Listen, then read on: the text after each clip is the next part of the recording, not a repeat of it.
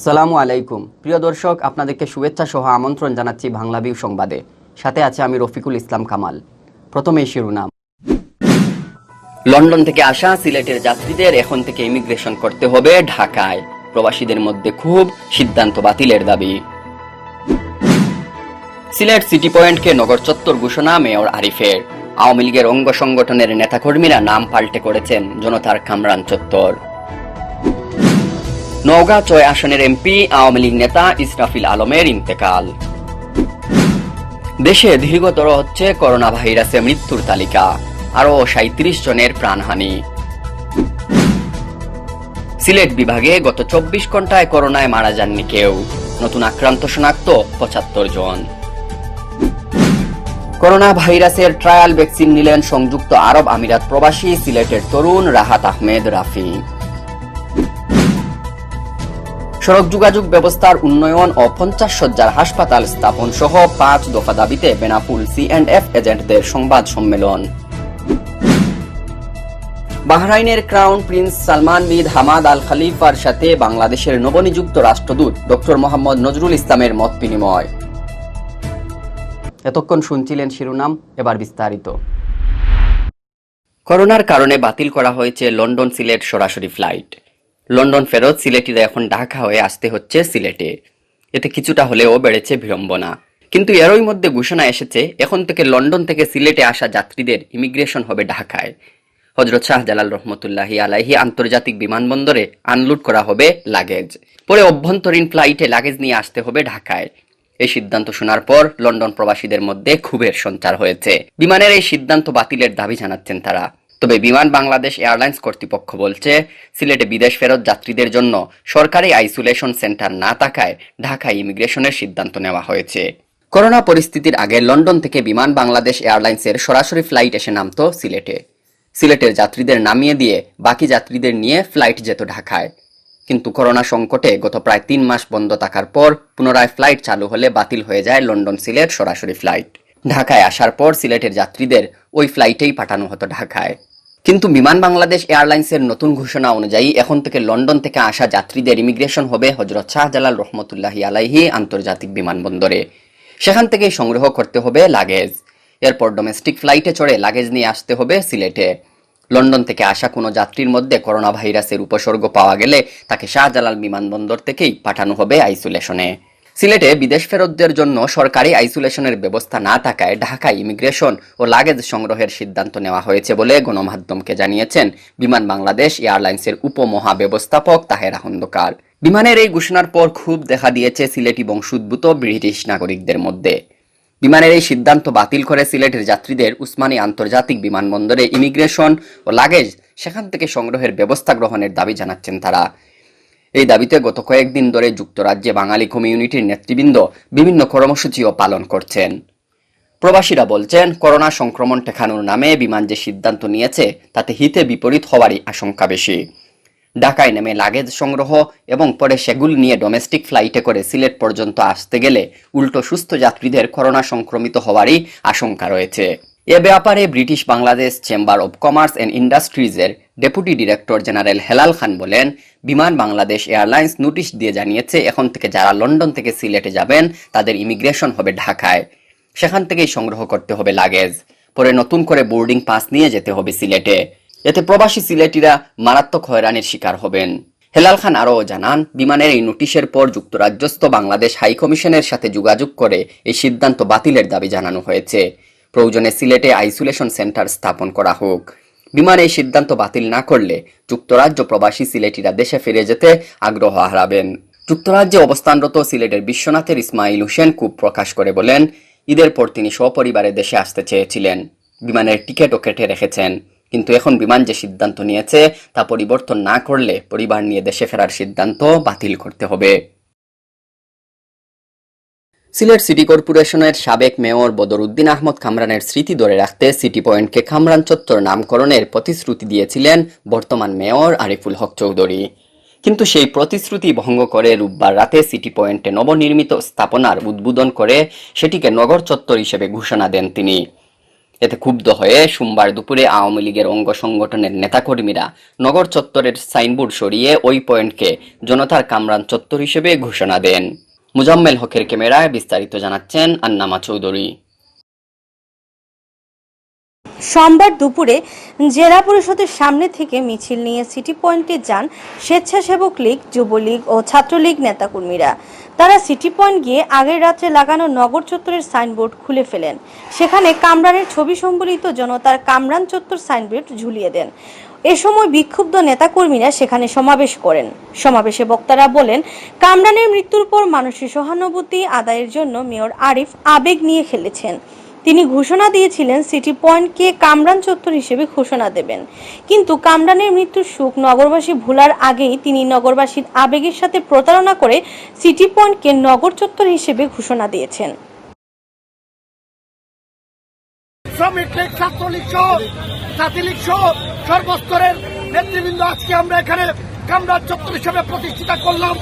এই চত্বর যদি কামরান ভাইয়ের নাম সরানো এখান থেকে হয়, তাহলে আমরা কঠোর কর্মসূচি দিয়ে কর্পোরেশনকে প্রয়োজনে আমরা ঘেরাও করে আমরা মেয়র সাহেবকে জানিয়ে দিতে চাই, এই নগর চত্বর নামে এই চত্বরকে উদ্বোধনের মধ্য দিয়ে আজকে বদরুদ্দিন কামরানের রাজনৈতিক অনুসারীরা, বদরুদ্দিন কামরানের কর্মীরা এই সিলেটের আপামর আওয়ামী লীগের অঙ্গ সহযোগী সংগঠন আজকে কামরান চত্বর নামে যে চত্বরের ঘোষণা দিয়েছে।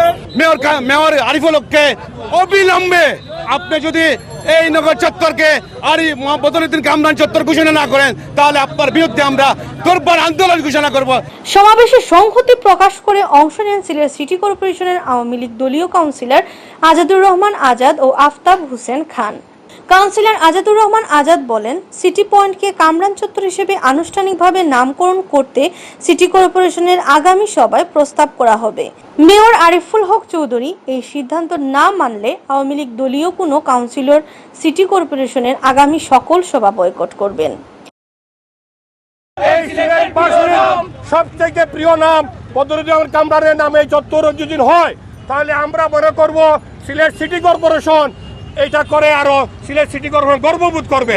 সিলেট সিটি কর্পোরেশনের শুধুমাত্র 17 জন 18 জন কাউন্সিলর নয়, 36 জন কাউন্সিলর ঐক্যমত থাকবেন ইনশাআল্লাহ। তবে কামরান চত্বর নিয়ে ভিন্ন কথা বলেছেন মেয়র আরিফুল হক চৌধুরী। মেয়রের দাবি, সিটি আওয়ামী লীগের প্রয়াত আরো কয়েকজন জাতীয় নেতার নামেও নামকরণের দাবি উঠেছে। তাছাড়া নামকরণের বিষয়টি মন্ত্রণালয় থেকে অনুমোদন করিয়ে নিতে হয়, এজন্য সময়ের প্রয়োজন। বদরুদ্দিন আহমদ কামরান এই নগর ভবনে তাকে সেবা দিয়েছেন। ঠিক সিমিলারলি আফম কামাল, এটাকেও আমি উড়িয়ে দিতে পারতেছি না, আফম কামালও এই নগরবাসীকে দিয়েছেন। কাজে এই দুইটা নামের সঙ্গে অন্যান্য যে নাম, আমি সবাইকে শ্রদ্ধা করি, আমি মনে করি কামরান ভাইয়ের এটার সঙ্গে অন্যান্য সবাই নামে হওয়া উচিত, কিন্তু আমরা একটু আমাদের নিজেদের বাড়ির জন্য আমি এজেন্ডাভুক্ত হতেই হবে এমন কোনো কথা না, আমাদের বিবিধ আলোচনা সবাই আমরা সিদ্ধান্ত নিতে পারি।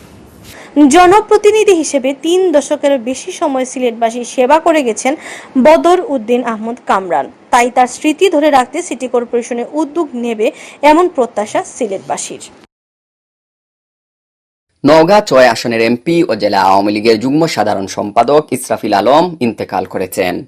রাজধানীর স্কয়ার হাসপাতালে লাইফ সাপোর্টে থাকা অবস্থায় সোমবার ভোর 6:15 তিনি ইন্তেকাল করেন। ইন্না লিল্লাহি ওয়া ইন্না ইলাইহি রাজিউন। করোনায় আক্রান্ত হয়ে হাসপাতালে ভর্তি হয়েছিলেন ইসরাফিল আলম। পরে করোনা নেগেটিভ আসলেও কিডনি ও ফুসফুসে দেখা দেয় জটিলতা। করোনায় আক্রান্ত হয়ে গেল 6 জুলাই স্কয়ার হাসপাতালে ভর্তি হন ইসরাফিল আলম। সেখানে 7 দিন চিকিৎসাধীন থাকার পর বাসায় চলে যান। চিকিৎসকরা তাকে হাসপাতাল ছাড়তে নিষেধ করলেও তিনি শুনেননি। বাসায় থাকা অবস্থায় 17 জুলাই শারীরিক অবস্থার অবনতি হলে তাকে আবার স্কয়ার হাসপাতালে ভর্তি করা হয়।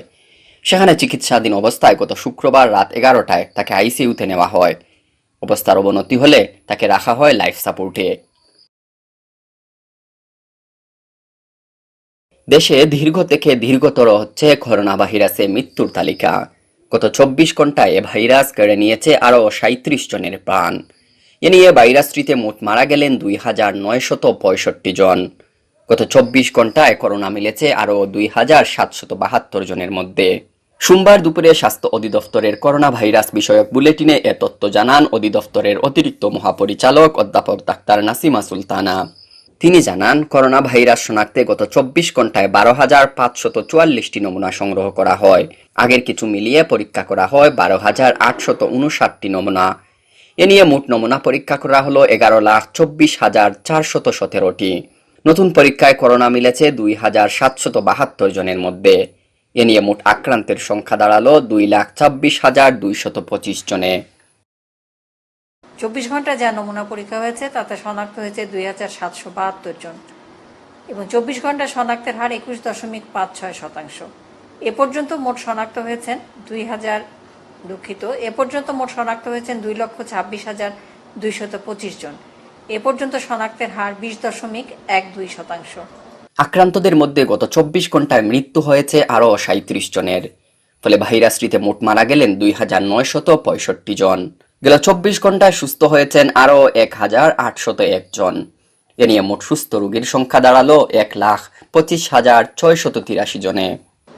24 ঘন্টায় সুস্থ হয়েছেন 1,801 জন। এ পর্যন্ত সুস্থ 1,25,683 জন। শনাক্ত বিবেচনায় সুস্থতার হার 55.56%।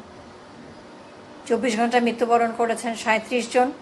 এ পর্যন্ত মৃত্যুবরণ করেছেন 2,965 জন। শনাক্ত বিবেচনায় মৃত্যুর হার 1.31%। 24 ঘন্টায় মৃত্যুবরণ করেছেন পুরুষ 26 জন, নারী 11 জন। করোনা ভাইরাস থেকে সুরক্ষিত ও সুস্থ থাকতে বরাবরের মতো সবাইকে স্বাস্থ্যবিধি মেনে চলার আহ্বান জানানো হয় বুলেটিনে। সিলেটে শনিবার করোনা 5 জনের প্রাণ কেড়ে নিলেও রোববার এ ভাইরাসে মারা যাননি কেউ। এই হিসেবে সিলেট বিভাগে রোববার ছিল করোনায় মৃত্যুহীন দিন। তবে সোমবার সকাল 8টা থেকে পূর্ববর্তী 24 ঘন্টায় বিভাগে করোনা রোগী শনাক্ত হয়েছেন আরও 75 জন। নতুন শনাক্ত হওয়া 75 জনের মধ্যে সিলেট জেলার 48 জন, সুনামগঞ্জের 20 জন, হবিগঞ্জের 6 জন আর মৌলভীবাজারের 1 জন রয়েছেন। বিভাগীয় স্বাস্থ্য পরিচালকের কার্যালয় সূত্রে জানা গেছে, সোমবার সকাল 8টা পর্যন্ত সিলেট বিভাগে মোট আক্রান্ত 7,488 জনের মধ্যে অর্ধেকের বেশি সিলেট জেলার। সিলেটে এখন পর্যন্ত করোনায় আক্রান্তের সংখ্যা 4,030 জন। এছাড়া সুনামগঞ্জে 1,417 জন, হবিগঞ্জে 1,122 জন আর মৌলভীবাজার জেলায় 919 জন রোগী রয়েছেন। এদিকে সিলেট বিভাগে গত 24 ঘন্টায় করোনা মুক্ত হয়েছেন 81 জন। এর মধ্যে সিলেটের 13 জন, সুনামগঞ্জের 6 জন, হবিগঞ্জের 40 জন আর মৌলভীবাজারের 22 জন রয়েছেন। এখনো পর্যন্ত সিলেট বিভাগে করোনা থেকে সুস্থ হয়েছেন 3,181 জন।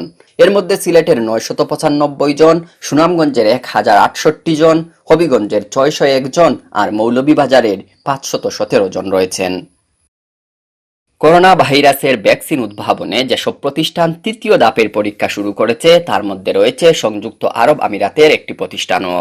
এই প্রতিষ্ঠানে স্বেচ্ছাসেবী হিসেবে নিজের শরীরে ভ্যাকসিন নিয়েছেন সিলেটের তরুণ রাহাত আহমেদ রাফি। তৃতীয় ধাপের পরীক্ষায় কয়েক হাজার মানুষের উপর ভ্যাকসিন প্রয়োগ করে এটির কার্যকারিতা ও কতটুকু নিরাপদ সেটা যাচাই করা হচ্ছে। রাফি বলেন, আমার ভয় লাগেনি। মানুষ তো মরণশীল, আজ হোক কাল হোক মারা যেতে হবে। এর মধ্যে মানুষের কল্যাণের জন্য যদি কিছু করতে পারি সেটাই আমার সার্থকতা। আবুধাবি এবং আল আইন শহরের পরীক্ষায় অংশ নিতে 7,000-এর বেশি স্বেচ্ছাসেবী নাম তালিকাভুক্ত করেছেন। তাদেরই একজন বাংলাদেশি 26 বছর বয়সী তরুণ রাহাত আহমেদ রাফি। সড়ক যোগাযোগ ব্যবস্থার উন্নয়ন ও 50 শয্যার আধুনিক হাসপাতাল স্থাপন সহ 5 দফা দাবিতে সংবাদ সম্মেলন করেছেন বেনাপোল C&F এজেন্ট অ্যাসোসিয়েশন সহ বিভিন্ন ব্যবসায়িক সংগঠন। সোমবার দুপুর 12টায় C&F এজেন্ট অ্যাসোসিয়েশনের হলরুমে এই সংবাদ সম্মেলন অনুষ্ঠিত হয়। সংবাদ সম্মেলনে যশোর বেনাপোল মহাসড়কের 5 থেকে ঝুঁকিপূর্ণ গাছ অপসারণ, সড়কটি 4 লেনে উন্নীতকরণ, সঠিক মাপ অনুযায়ী সড়কের কার্পেটিং কাজ সম্পন্ন ও আমড়াখালী হতে বন্দর পর্যন্ত বাইপাসের সংযোগ সড়কের কাজ সম্পন্ন করার দাবি জানানো হয়। এছাড়াও বেনাপোল বাইপাস সড়কের সম্মুখে ট্রাফিক আইল্যান্ড রেখে বাইপাসের সাথে মেইন সড়কের সংযোগ স্থাপনের দাবিও জানানো হয়। সংবাদ সম্মেলনে উপস্থিত ছিলেন বেনাপোল C&F অ্যাসোসিয়েশনের সভাপতি মফিজুর রহমান সজন, অ্যাসোসিয়েশনের সিনিয়র সহ সভাপতি নুরুজ্জামান সহ কার্যকরী কমিটির অন্যান্য নেতারা। বাহরাইনে বাংলাদেশের নবনিযুক্ত রাষ্ট্রদূত ডক্টর মোহাম্মদ নজরুল ইসলাম বাহরাইনের crown prince his royal highness Salman bin Hamad Al খলিফার সাথে মত বিনিময় করেছেন। বাহরাইন থেকে সাংবাদিক মোহাম্মদ স্বপন মজুমদার জানান, রাষ্ট্রদূত শুরুতেই যুবরাজকে প্রধানমন্ত্রী শেখ হাসিনার শুভেচ্ছা বার্তা ও অগ্রিম ঈদ শুভেচ্ছা পৌঁছে দেন। সৌহার্দ্যপূর্ণ পরিবেশে পারস্পরিক কুশলাদি বিনিময়ের পর দ্বিপাক্ষিক বিভিন্ন ইস্যু নিয়ে রাষ্ট্রদূত যুবরাজের সাথে আলোচনা করেন। Doctor Nazrul Islam corona virus পরিস্থিতি মোকাবিলায় বাহরাইন সরকারের গৃহীত বিভিন্ন পদক্ষেপের ভূয়সী প্রশংসা করেন এবং ভাইরাস আক্রান্ত সকলের চিকিৎসা ব্যয়ভার বহন, সাধারণ ক্ষমা ও বন্দি মুক্তি বিষয়ক মানবিক সিদ্ধান্ত গ্রহণ করায় বাহরাইনের রাজার প্রতি কৃতজ্ঞতা জ্ঞাপন করেন। সাধারণ ক্ষমার ফলে বাংলাদেশিরা উপকৃত হচ্ছে জানিয়ে তিনি যুবরাজকে বলেন, দূতাবাস তাদেরকে আরো দক্ষ করে গড়ে তোলার জন্য বিভিন্ন প্রশিক্ষণ কর্মসূচি হাতে নিয়েছে। যুবরাজ বাংলাদেশি প্রবাসীদের কল্যাণ নিশ্চিতের ব্যাপারে আশ্বাস প্রদান করেন। এতক্ষণ শুনছিলেন বাংলাভিউ সংবাদ। রাতে প্রচারিত হবে আমাদের সিলেটের আঞ্চলিক ভাষায় সংবাদ। দেখার আমন্ত্রণ রইল। সাথে থাকার জন্য ধন্যবাদ।